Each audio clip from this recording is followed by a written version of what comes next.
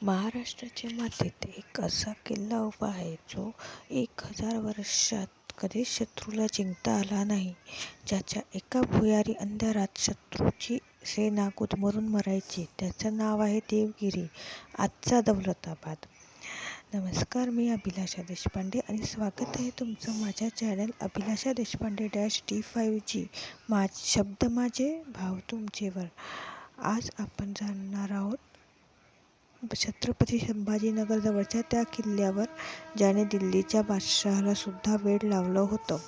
हा किल्ला 1187 साली यादवराजा भल्लम पाचव्याने बांधला. त्याचं मूळ नाव देवगिरी म्हणजे देवाचा डोंगर.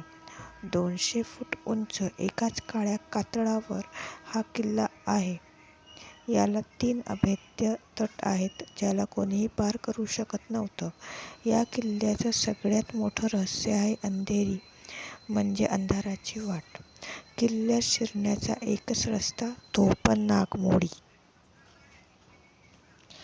पूर्ण अंधारात. शत्रू आत आला की वरून गरम तेल, गरम पाणी टाकलं जायचं. शत्रूला काहीच दिसायचं नाही, तो गुदमरून मरायचा. हेच कारण आहे की हा किल्ला कधीच लढून जिंकता आला नाही, पण फितुरीनेच जिंकला गेला.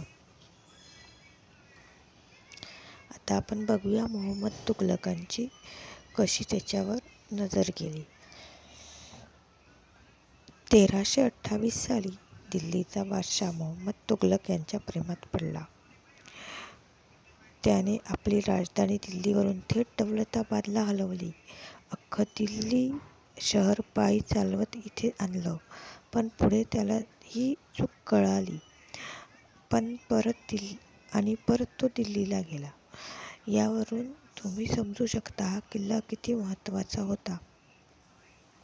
आजही या किल्ल्यावर गेलं की चांद मिनार, चिनी महाल आणि तो 200 फूट उंच कातळ अंगावर काटा आणतो.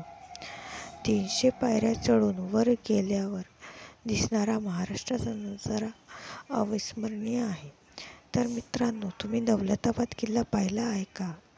तुमचा अनुभव कसा होता? कॉमेंटमध्ये नक्की सांगा. आणि अशाच ऐतिहासिक आणि रहस्यमय गोष्टींसाठी माझ्या चॅनलला सबस्क्राईब करायला विसरू नका. जय महाराष्ट्र.